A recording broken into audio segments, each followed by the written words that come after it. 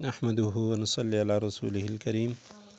اعوذ باللہ من الشیطان الرجیم بسم اللہ الرحمن الرحیم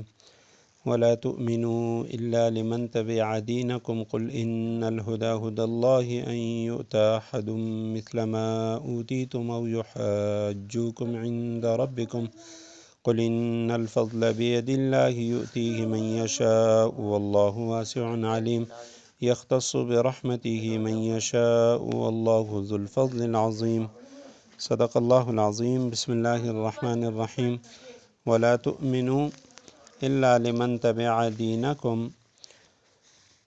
اور تم ایمان نہ لاؤ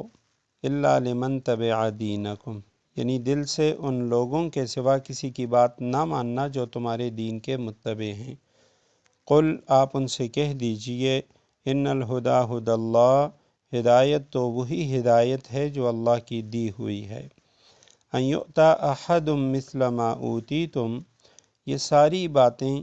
جو تم اس ضد میں کر رہے ہو کہ کسی کو اس جیسی یعنی نبوت اور آسمانی کتاب کیوں مل گئی ہے جیسے ما اوتیتم کبھی تمہیں دی گئی تھی،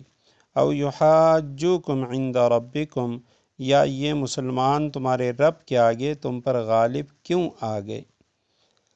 قل ان الفضل بید اللہ آپ کہہ دیجئے فضیلت تمام تر اللہ کے ہاتھ میں ہے، یؤتیہ من یشاء وہ جس کو چاہتا ہے دے دیتا ہے، واللہ واسع علیم اللہ بڑی وسعت والا ہے اور ہر چیز کا علم رکھتا ہے۔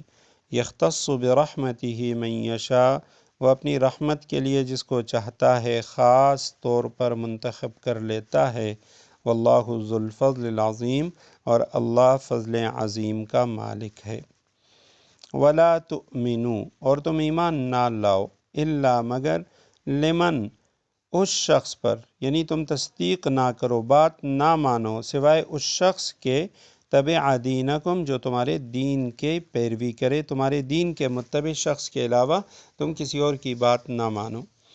قل آپ کہہ دیجئے ان الہدی ہدی اللہ بے شک اصل جو ہدایت ہے وہی ہے جو اللہ کی ہے۔ ان یؤتی احد یعنی یہ ساری باتیں جو تم کر رہے ہو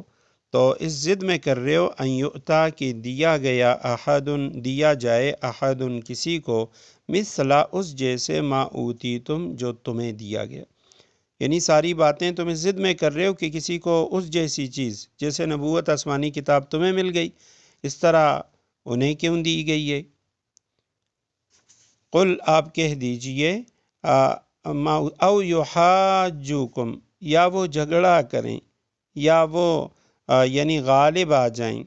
رب کے سامنے بحث مباحثہ کریں، اللہ کے سامنے تمہارے اوپر غالب آ جائیں تو اس لیے تم یعنی یہ ضد اور عناد کر رہے ہو۔ قل آپ کہہ دیجئے ان الفضل بید اللہ بے شک فضل اللہ کے ہاتھ میں، وہی اللہ کے ہاتھ میں، نبوت اللہ کے ہاتھ میں، یؤتی من یشاء وہ جس کو چاہتا ہے دے دیتا ہے، واللہ واسع علیم اللہ بڑی وسعت والا اور ہر چیز کا علم رکھتا ہے۔ یختص برحمتہ وہ اپنی رحمت کے لیے خاص کر لیتا ہے من یشاء جس کو چاہتا ہے، واللہ ذو الفضل العظیم اور اللہ فضل عظیم کا مالک ہے۔ اس آیت کریمہ میں یعنی آیت کریمہ کی تشریح اور تفسیر کے اندر مفسرین کرام حضرات جو ہیں ان کے مختلف اقوال ہیں۔ مفسرین کرام نے اس کو مشکل ترین آیت شمار کیا ہے۔ امام واحدی رحمہ اللہ فرماتے ہیں یہ آیت کریمہ مشکلات القرآن میں سے ہیں، قرآن کی مشکل آیتوں میں سے تفسیر کے لحاظ سے، اور جو مختلف اس کی تفسیریں کی گئی ہیں پہلی تفسیر تو یہ کی گئی ہے کہ یہ جو شروع میں کہا گیا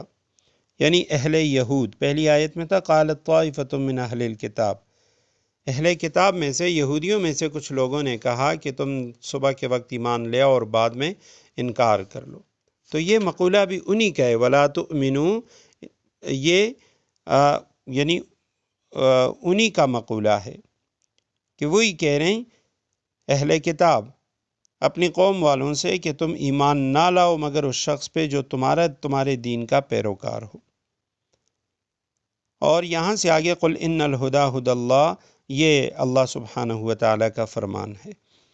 حضرت شیخ الاسلام مفتی تقی عثمانی صاحب انہوں نے بھی ترجمے میں اسی کو اختیار کیا ہے، اور اسی طرح حضرت شیخ الہند رحمہ اللہ، مولانا تھانوی رحمہ اللہ، ان حضرات نے یہی قول اختیار کیا ہے۔ دوسرا قول یہ ہے کہ اہل یہود کا جو قول تھا قالت طائفۃ من اہل الکتاب، وہ پہلی آیت میں ختم ہو گیا، اور یہاں لا تؤمنو سے یہ اللہ سبحانہ وتعالیٰ کا کلام ہے، اور اللہ سبحانہ وتعالیٰ مسلمانوں سے خطاب کر رہے ہیں کہ تم اس شخص کے علاوہ کسی کی بات نہ ماننا جو تمہارے دین کا پیروکار نہ ہو۔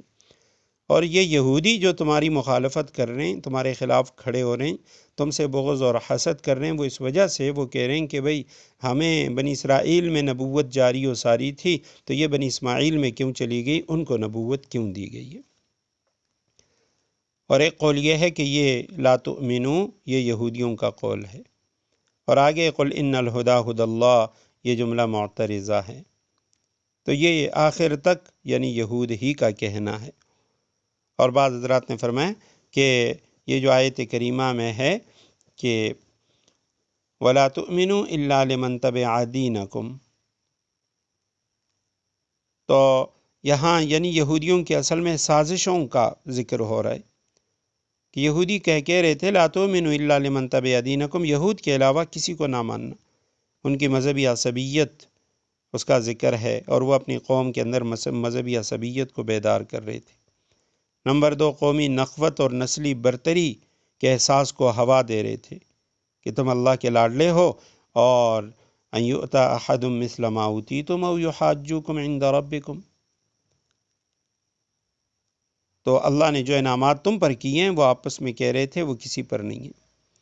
اور او یحاجوکم عند ربکم، روز قیامت کی بعض پرس کا جو خوف ہے وہ اپنی قوم کو دلا رہے تھے کہ تم اگر ایمان لاؤ گے تو قیامت کے دن یعنی تم سے پوچھا جائے گا۔ تو یہ آیت کریمہ کی جو مختلف تفاسیر تھیں وہ میں نے عرض کر دیں۔ بعض حضرات نے لکھا ہے کہ او جو ہے یہ یعنی بمعنی ان حرف شرط کے ہے، اگر اہل یہود وہ کہیں جو انہوں نے لمن تبع دینکم تک کہا، تو آپ کہہ دیجئے ان الہدی ھدی اللہ، یعنی یہ آگے جو جملہ ہے قل ان الہدی ھدی اللہ ان یؤتی احد مثل ما اوتیتم او یحاجوکم عند ربکم،